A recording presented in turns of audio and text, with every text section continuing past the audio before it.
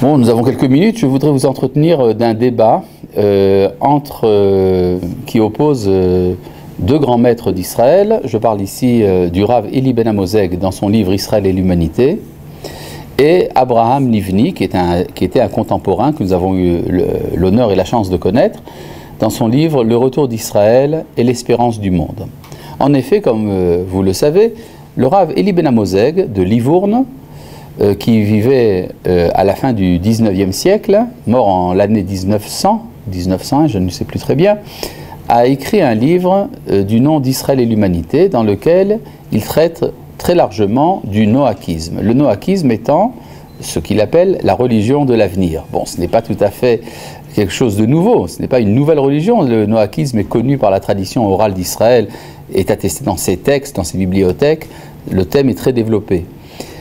Cependant, ce que l'on voit, ce que le Rav Ben Amozeg pouvait dire du noachisme de son temps, c'était une sorte de religion qui ressemble étrangement à l'humanisme.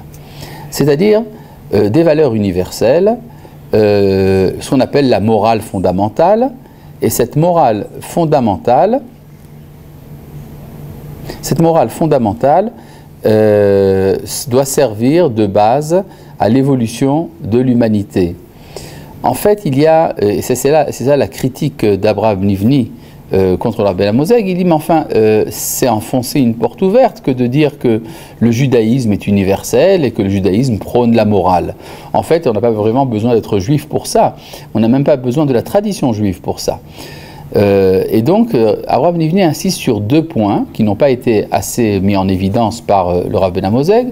C'est d'une part que les devoirs moraux de la loi noachide sont des mitzvot, ce sont des commandements qui mettent en relation l'homme avec la transcendance. Ça ne donne pas seulement une dimension morale à l'homme, ça donne également une dimension divine. C'est ça le premier point. Le deuxième point est un point de halakha.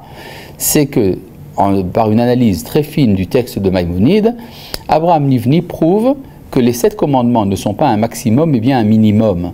Qu'il y a toute une stratégie pour le noachide authentique qui lui permet justement d'ajouter autant de mitzvot, autant de commandements issus de la Torah qu'il le désire. De ce point de vue-là, il y a un rapprochement très fort entre le noachisme idéal et la tradition d'Israël. Shalom.